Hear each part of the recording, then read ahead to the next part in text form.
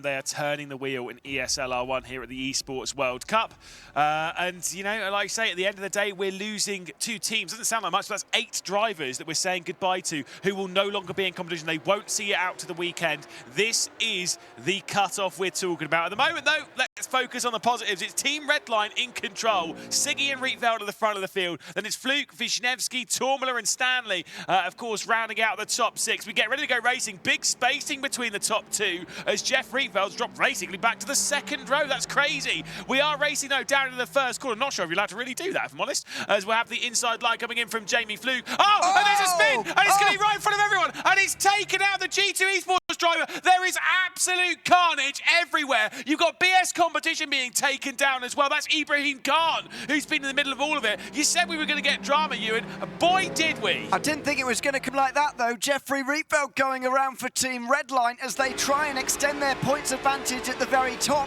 They will be pegged back slightly as a result of that. It allows some other drivers to step up towards the front. Will Chadwick's in 4th. It's not going to last very long because the master of getting through incidents, Ferris Stanley, is making his way through instead. Round the outside of the hairpin, he will go just ahead of Timmy Antunes, who is watching as Apex all of a sudden are having a fantastic second round. Yeah, their chance of now moving through seems incredibly likely as Will Chadwick's going to try and put on a bit of a show as he goes side by side with Ferris Stanley, leaves it to the outside, going through the Mercedes Arena section, puts the throttle down in his FaZe Clan Porsche, leaves it to the inside of Ferris Stanley, almost makes contact with the BS competition driver, but Chadwick has to settle for 5th position. Timmy Antunes might make a move here down into Mobile 1. He's got the inside line there on Will Chadwick as we hit the apex of the corner, and the Apex Racing Team driver's about to make his move. Will Chadwick, though, has got the inside coming into the Sachs curve. The pair of them make a little bit of contact, and Chadwick holds firm. And don't forget, this is existential for FaZe. They need to move through on people. Oh, Antunes looks up the inside. He can't quite get through. Daniel Pastor will catch as a result of this. By the way, both G2 Esports Porsches got caught up in that opening lap incident, and so they are in trouble here. They will be a little bit worried about dropping into the bottom 2. Yeah, indeed. Wow, that was honestly pretty scary. Great stuff, though, from Will Chadwick. You could say that's a Giga Chad defence. That's whatever. You don't know what that means? No, I don't. I don't know what anything means. No cap.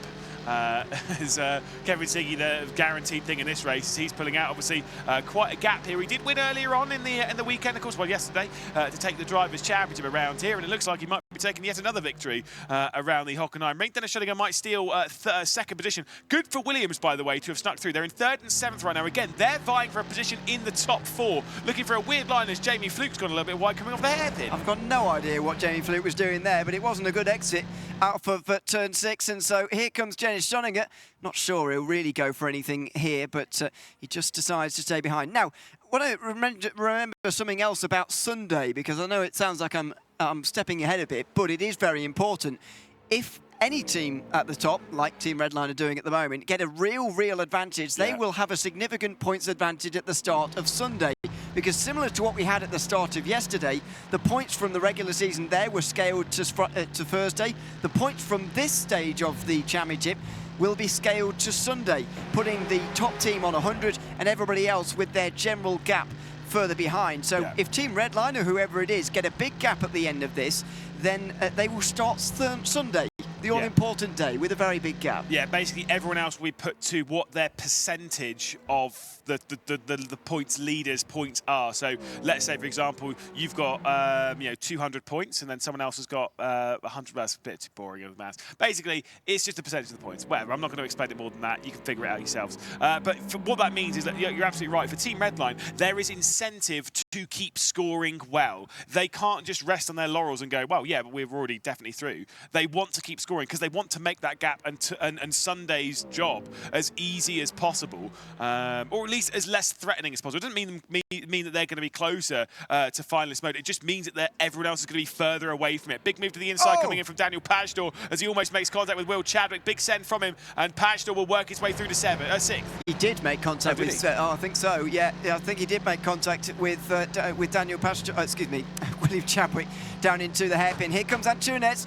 Outside line, looking, but can't go through. Pastor's going to go deep, though, and here comes Antunes. If he gets the outside here, it might be all right, but no, he can't quite get his nose alongside, and so has to stay in 7th place. Apex here making a late charge for those top places, with the likes of Ibrahim Khan quite a long way down for Beat. No team is really having 2 right up there at the moment, really, in this race. If Chadders hangs on to 5th place, what will you do? I will admit that Darragh Thacker's point is optimal. About him, Will Chabot, being a fantastic sim racing driver? No. Oh, right. Do you think that? Oh, yeah. I don't think anyone thinks that. He's a cracking driver, Will Chabot. Look at him in 5th place, and he's flying away from Daniel Pastor as well. We do like a little bit of Will Chadwick, bless him. Like I say, not the most practiced, though, and not the most ready for this, but he is showing that you don't really need it so much. Let's take a look at this. So it's solo error. On his own. Solo error. Wow. That is something you don't see from Jeff Rietveld very often at all. No, really indeed. isn't. There's lots of contact further back, but Rietveld loses it on his own. He clips the first G2. It goes straight into the second. They are going to be furious with the way life has chosen them at the moment. And there is spinning around Michał Schmiedl, trying to get underway from the gravel as well. What a mess that was, but unlucky for G2 more than anything. Play some piano music over that in slow-mo and it looks pretty dramatic. Of course, I'm pretty sure a good friend of Jeff Rietveld, Veracity, will probably be watching and paying attention close to that one. Obviously, she's busy quite sorting out the Rocket League here in the Esports World Cup. However, I'm pretty sure she'll catch up afterwards to see that one. And unfortunately, it did seem as though it was a solo mistake from, what was it? Jeffer Cakes? Jeffrey Seatveld? Because I can't remember, there was another one that he had. Rizlis Rietveld. Rizlis Rietveld, Although I didn't get that one no, at all. that was the good one. Rizlis Rietveld, you're spot on. Definitely Rizlis after that. Thank you. Well, don't know. Anyway, 8th place at the moment. He's actually catching some of the others. So Hockenheim is one of those circuits, unlike the likes of, say, Monza or maybe a little bit like Spa. You can catch, even though there is groups in front of you slipstreaming off of one another, there are sufficient corners around here for you to make a difference like that. And Jeffrey Rietveld is certainly doing that as he climbs towards Jimmy Antunes. I think Team Redline are almost confirmed in the World Cup teams final here. However, they, as I say, will want to get the biggest points advantage they possibly can, and that really is down to Jeffrey Rietveld because Kevin Siggy is out in front. To be honest, I think they were confirmed quite well at the end. No, but they'll want to. They want the points gap. They will. Yeah. And Andre, even if there wasn't that points gap, I mean, Redline are not the team to go, well, we're in position, let's just go for lunch. Andre Countryman will not settle for that, nor will anyone behind the scenes. There is a reason why they've won so many races, so many titles, and weirdly enough picked up their first driver's title, of course. Is he chewing again? Time. Was he doing this yesterday? I was having this discussion backstage a little bit about Kevin Siggy driving here today, and in fact, he's chewing today. I don't remember him doing this yesterday. Oh, I don't know. Maybe it's a Redline thing. They all do weird things with their mouth. I've said time and time again, he can hear me, so it's fine. But Sebastian Job's weird thing with his mouth when he's turning corners. Have you seen it? I have seen it, yeah. Yeah, it's weird.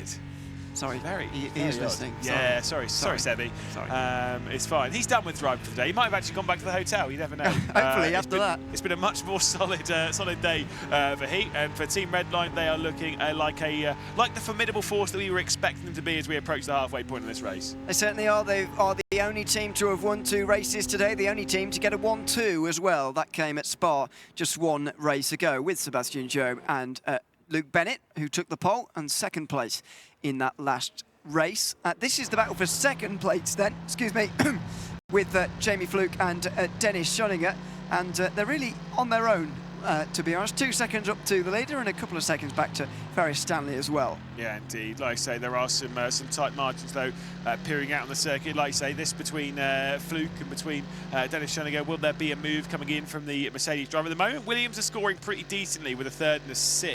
At the moment, they sit. It's kind of a bit of a skewed one because of obviously they've done 3 races and some of the other teams have only done 2. They currently sit 3rd in the points on 56 points as far as mine go. Oh, a bit of contact there. Fluke cannot get that hairpin correct. Not really at the moment. As I was talking about earlier on, I think you want to be in the top 2, though, if you want to make it in the top 4 here after this round. At the moment, Williams would be doing that, overtaking overtaking BS Competition. Williams scoring as things stand. Pastor's just gained a place as well, so he'll be up to 26 now. Let's get to that in a second. Is there any contact here? No. Absolutely not. Jeffrey spins around. He's so unlucky to be clipped there. I don't know which G2 Porsche it is, but they're so unlucky. I will say the movement there does look quite unnatural. I wonder if there was something. To be fair, you're off the racing line. It is a little bit more dirty or whatever. I don't know. It looked weird. I'll at least add that one and give them the slight benefit of the doubt. But I do think it was Riyadh a little bit on the high side, where there is less grip and just maybe asking a little bit too much of the rear end of the car. Maybe tires. Honestly, I don't know. I've never that is such a weird thing. You just don't really see that out of a driver of that caliber. Weird. Really weird. I mean, it's interesting. Sebastian Joe very nearly lost it almost out of the blue on his own in the final race. Through the final corner, though, it wasn't the first corner. Yeah. But it just shows you that while these guys do look like they've got the car so planted and so well set up, that actually it is possible for them to lose it. They've just got very good reactions to save it normally. Jeff Riyadh didn't quite have it on that occasion to achieve that, as Will Chadwick goes quite wide. He did lose a place to Daniel Pastor there, by the way, which means that Williams picking up 26 points from this race. BS Competition only 13, and so their 7-point advantage over Williams would be eradicated. What that means is that I'm safe of admitting that Dareth Acker's opinions are correct on your commentary ability, so at least there's that. Will Chadwick not hanging on to the top 5, as Jeff Riyadh in 7th position now, Jimmy Antunes in 8th. Like you say, things are looking really good for Williams when it comes to them, at least looking really strong to transfer already straight through into Sunday, and considering some of the ups and downs and the dramas they've had. I don't want to be that guy. I'm going to say it now. I think they have been a little bit lucky, not in not in terms of pace or whatever, but let's be honest, look at 2 of the larger incidents. You had one there, and they've come through it quite well, and you had the one at Jeddah, and they came through really well in Jeddah, despite that incident happening around them. Are you saying that's luck? Yeah. Wow, okay. Certainly the Jeddah one was luck. Well, yeah, okay. Okay. It was. Look, I'm not saying that doesn't take good driving. There probably was a little bit of good reaction in there, especially for like Don Blyer. But yeah, exactly. Yeah, Don Blyer especially came through right through in Jeddah to avoid everyone, and you're right. There probably is some reaction, but but then again, who has ever won anything without an element of luck? 100%. It doesn't take anything away from them. Certainly, I don't think you're trying to, but no, absolutely not. But yeah, it doesn't take anything away from them at all. I think what they've got to do at the moment is just consolidate this. 2 cars in the top 5 would be absolutely fantastic for them, and what a contrast as well for their mood compared to this time last year in this event last year, where they were disappointed and out by a very, very narrow margin of just 5 points to the Mercedes-AMG Petronas Esports team. It looks like it's going their way this time, as Jamie Fluke gets the hairpin wrong again, or he's just taking a different line. I can't quite decide because he hasn't yet been overtaken. Look, the nicest man in sim racing, that's Arjuna's line, but I'm still stealing it. Realistically speaking, if he... A bit too nice, maybe, he's giving the place. I would say if he's missing the apex of the hairpin that consistently, I think it's probably more intentional. But it's really odd for 1 out of 48 to be doing it, isn't it? Yeah, but the thing is, if you've got someone directly behind you, you're giving them a little bit of room to work into whilst taking a little bit of a wide line, and also on the outside line there, you do get a better drive down towards the Mercedes arena section, so it protects you at both. So if it is intentional, it's not necessarily the worst thing to really be doing here. Yeah, it's not the worst thing in the world for sure, but and clearly it's been effective enough because he is still second, but it just looks a bit weird compared to all of the other drivers. I'm sure Dennis Schoninger's going to be giving this at least another go before the end. There's 4 points on the line here for both Apex and Williams. I think the previous result for Apex has probably done enough for them to forget about worries of getting into the drop. They were actually 11th at the halfway stage, with everyone having done 1 race. Excuse me, every team having done 2 races, every driver having done 1 race, and that would have really worried them, but actually these last 2 races have absolved them of real difficulty. I think you mean every team having done 4 races.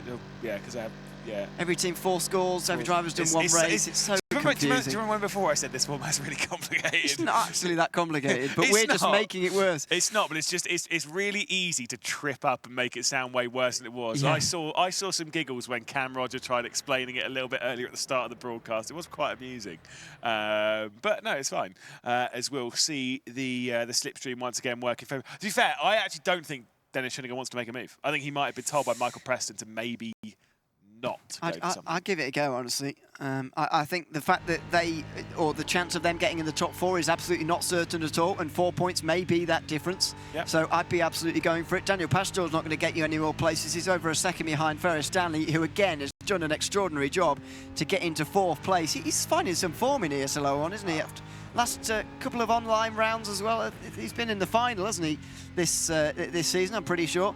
And he's been in the top 5 twice. 2nd and 4th is what it's looking like at the moment for an ever-improving Ferris Stanley. Out over the line for Kevin Siggy. He's about to start another lap here at the Hockenheimring, the final lap of this race. Just stroking it home now for his 6th win of the year.